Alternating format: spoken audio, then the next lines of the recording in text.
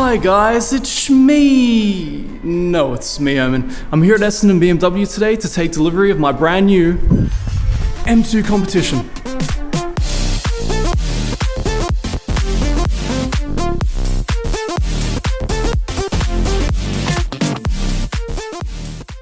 The M2 competition is a rear-wheel driven coupe powered by a twin-turbocharged inline 6-cylinder engine. It makes somewhere north of about 410 brake horsepower, and I'm gonna have to ask the people in the dealership, but I think somewhere around 550 newton meters of torque. Now this is one of the very last Long Beach Blues left in the country. Production lines are all filled up. It is one of the last M2s that will ever be made, and I'm so thrilled I managed to snap it up. Now for the obligatory interior run-through. Getting into the car is something I'm still getting used to. When you're 6'2", it tends to be a mission at the best of times, but I'm doing my best. The seat adjustments were actually amazing. One thing that I'm really happy about after having seen all the reviews about people complaining about the seating position, you can actually adjust the seat up and down, and you can recline it back further, so even if you are my height, you can adjust yourself to be fairly comfortable in this car for a daily driving position. Now, you'll probably notice on this wheel ride here that I went for the DCT option. The days of pure manual are behind us. If you're going to go for a car like that, it's going to have to be something very special, probably like a lower powered car like an MX-5 that's purely for having fun beneath the speed limit. I think for a car with this much power or this much power potential, I really wanted to kind of maximize what I could get out of it with the modern transmission. As you can see in the center console there, the sequential yank stick, the D-pad for controlling the touchscreen up there as well. Very, very standard classic style center console there for BMW.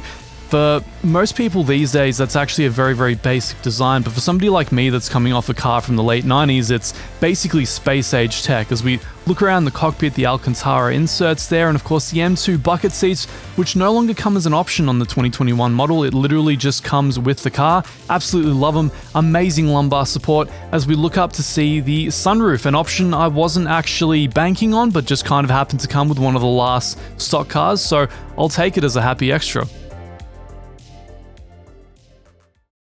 Alright guys, so we're here with Nick, the manager of Essendon BMW. Nick, we're standing in front of my brand new M2 competition in the beautiful Long Beach Blue. I think I said that correctly.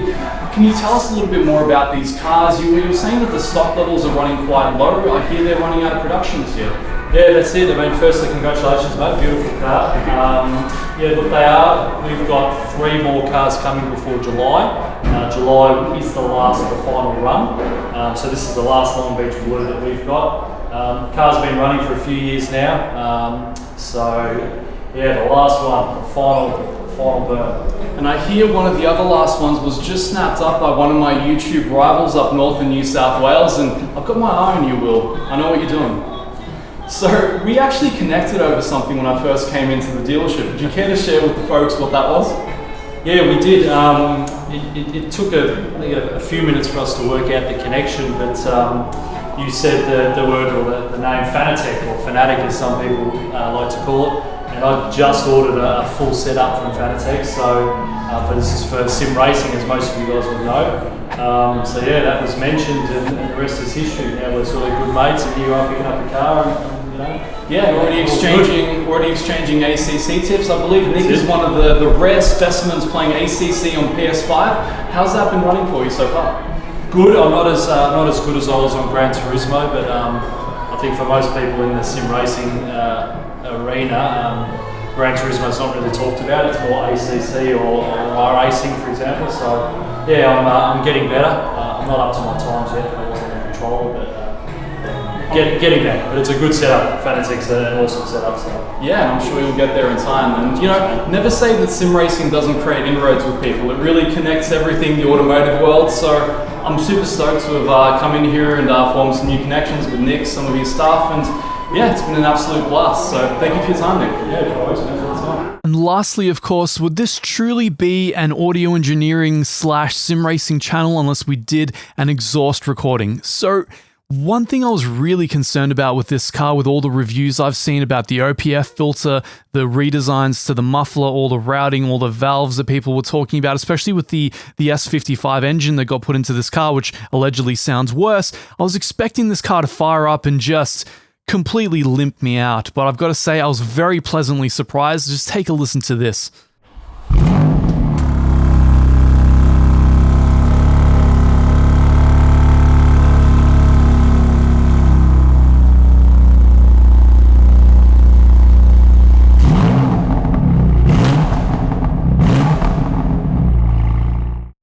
with that all behind us, I drove the car out of the dealership finally for the very first time into what was basically a monsoon. Very, very scary, but we made it back in the end, and I scheduled an appointment with my detailer in order to get a ceramic coat done. Day 2 of owning the Beamer. I've just driven it across state to Dandenong South here at Pro Class Detailing with the proprietor himself, Mr. Sam. How's it going? So, what are we doing to the car here today? We're going to go over it, give it a wash, decontamination, have a look over it in the lights, make sure there's no swirl marks in the finish. Yep. If there is, we'll correct those out, make sure that the paint is perfect Yep. before we put a coating on it, pull the wheels off, coat the wheels, coat the brake calipers, coat all inside your wheel arches there, make sure everything is perfect, and then you can enjoy it. Sounds great. I look forward to the cross-country trip back home for the next week, and I look forward to picking the car up again. I will vlog a little bit more when I get the car back, guys, and I actually put in the run-in miles and work out what I'm actually doing with it. But for the time being, I get to give it a bit of a rest, and Sam gets to have all the fun.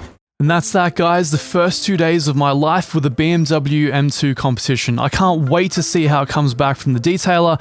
I will keep you guys apprised, and of course I'll do a follow-up video, especially after the engine breaks in and I'm actually able to give it some stick and push the car closer to its limit on the roads and of course on the track, because the mPower track days do beckon, and I cannot wait to do some straight-up sim racing to real-life comparisons on the channel. I know that's the good stuff for us. Anyway, guys, make sure to smash that sub, like, share, comment, all that good stuff, and I'll see you in the next one.